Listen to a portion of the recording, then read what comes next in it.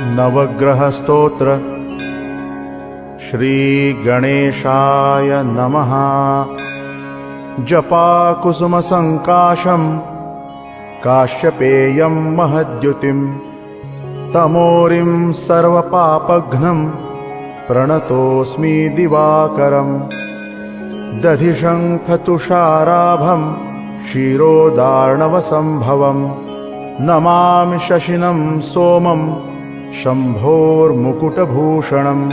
धरणीगर्भसम्भूतं विद्युत्कान्तिसमप्रभं कुमारं शक्तिहस्तं च मङ्गलं प्रणमाम्यहम्। प्रियङ्गुकलिकाश्यामं रूपेणां प्रतिमं बुधं सौम्यं सौम्यगुणोपेतं तं बुधं प्रणमाम्यहम्।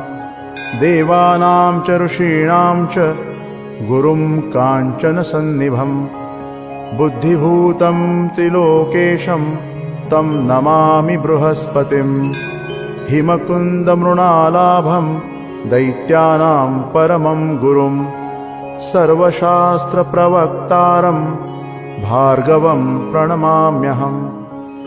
नीलाञ्जनसमाभासं रविपुत्रं यमाग्रजं छायामार्तण्डसम्भूतं तं नमामि शनैश्चरम्।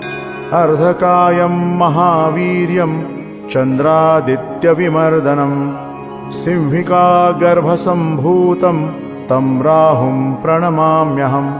पलाशपुष्पसङ्काशं तारकाग्रहमस्तकं रौद्रं रौद्रात्मकं घोरं तं केतुं प्रणमाम्यहम्।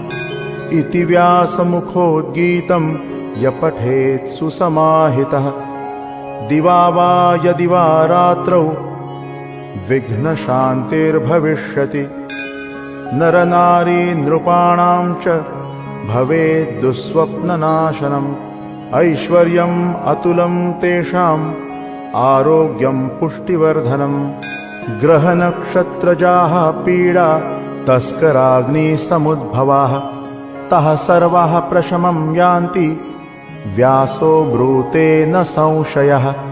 इति श्रीवेदव्यासविरचितम् आदित्यादिनवग्रहस्तोत्रं सम्पूर्णम्।